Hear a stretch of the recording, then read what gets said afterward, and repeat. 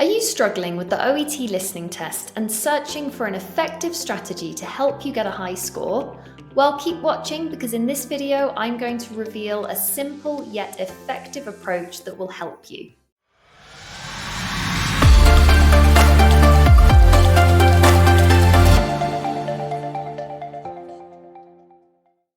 Hi there everyone, welcome to this OET video. My name is Grace. I am an expert OET teacher and academic manager at Swoosh English. Now our students often ask us how they can improve their score in OET listening.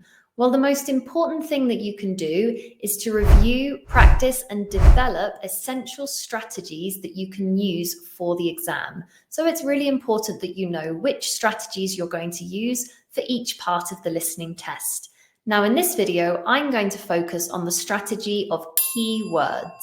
Let's begin by talking about what we mean by keywords. Well, keywords are words or phrases that are essential in helping you understand the main points or details of a text, audio, or question. They're usually nouns, verbs, adjectives, or adverbs, and having an understanding of the keywords, being able to identify these, is crucial to be able to correctly answer a question, as it's going to help you understand exactly what the question is asking, the main information you need to look for, and then it will help you to locate that information in the text and answer the question. Let's now look at a sample question from OET Listening Part B. We're going to go step by step in identifying the keywords, and then I'll show you how this can help you get the correct answer when you listen to the audio.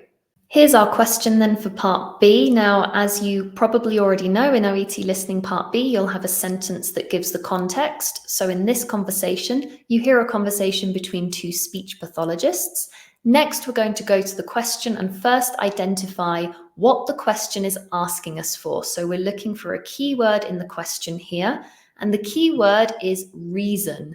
So we are listening to find out the reason why they are talking or the purpose of their conversation. So it's really important straight away that we've identified what information we're listening for, and that is the reason. So let's now go through each of these answer options because we're going to identify keywords here. So we've got share, positive story, patient. Option B, we've got establish, future focus, again, for a patient. And then option C, compare similar issues they've had with patients, and notice that the third one is plural there. So talking about patients in general, not a single patient. Now, it can be really useful with these answer options to focus on those verbs, share, establish, compare, as this is going to differentiate between each of these answer options. So we've now identified our keywords and we've got a good understanding of how each of these answer options is different. Now let's go to the transcript and see what was actually said. If you'd like to challenge yourself, then pause the video here and see if you can identify the correct answer. Paying attention to these key words, we're looking for this key information in order to find the reason. Okay, how did you get on? Did you find the answer? So you'll see that they discussed the progress the patient had made. And then they said, I think this should be the major focus going forward. So that sentence really helped us because all of the information that they'd given about the progress the patient had made and also future things that need to be worked on, they then said this should be the major focus going forward. So the answer there is B because they're establishing a future focus. Going forward is just a different way of saying in the future. So you can see how we've identified some keywords, but also some paraphrasing in this answer option. So you've looked at how to identify keywords in OET Listening Part B. Let's move on and do the same for a Part C question.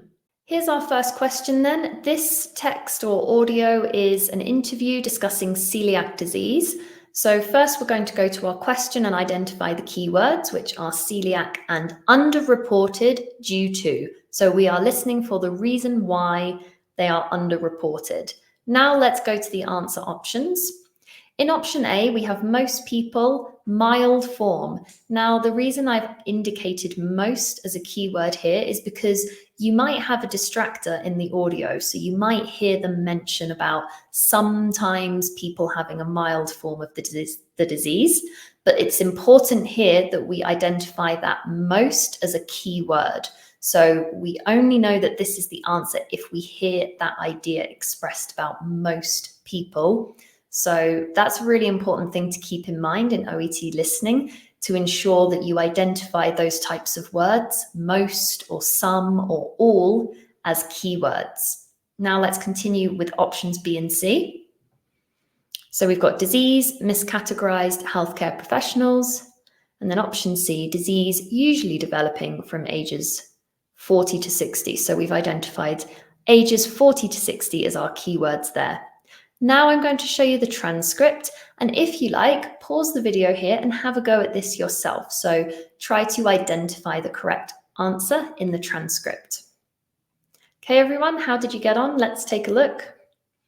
So the answer is in this sentence here, due to the instances of misdiagnosis. So misdiagnosis just being a different way of saying miscategorized, a keyword there in option B, which often label the condition as IBS, irritable bowel syndrome, or other digestive conditions. So our answer there is option B. Now, did you notice that there was a distractor in here, because it did mention the number of people having a milder form of the disease, but it's a good job that we identified most as a key word there, because you'll see in the transcript, it doesn't actually say most people. Okay, it just says the number of people. So there's a really great example here of how identifying keywords is absolutely essential in the OET listening test. So let's recap what we've talked about in this video. Keywords are the important words in the question and answer options. They are usually nouns, verbs, adjectives, and adverbs. Look out for words like most, as this can make the difference between a correct and incorrect answer. And keep in mind, once you've identified those keywords, that you might hear synonyms of the words in the audio. So make sure you're aware of that when you're listening. That's it for this video. I hope that you found it useful, and you're now going to go away and practice identifying keywords in OET listening questions. If you are looking for materials to practice your listening skills with, then head on over to our website and take a look at our OET exam preparation courses. So that's at www.swooshenglish.com. Head on over there and see what Swoosh English has to offer you. We can help you out with mock exams, writing corrections, live classes, video courses, and so much more. So please do check out those today, and I will see you very, very soon for more OET content.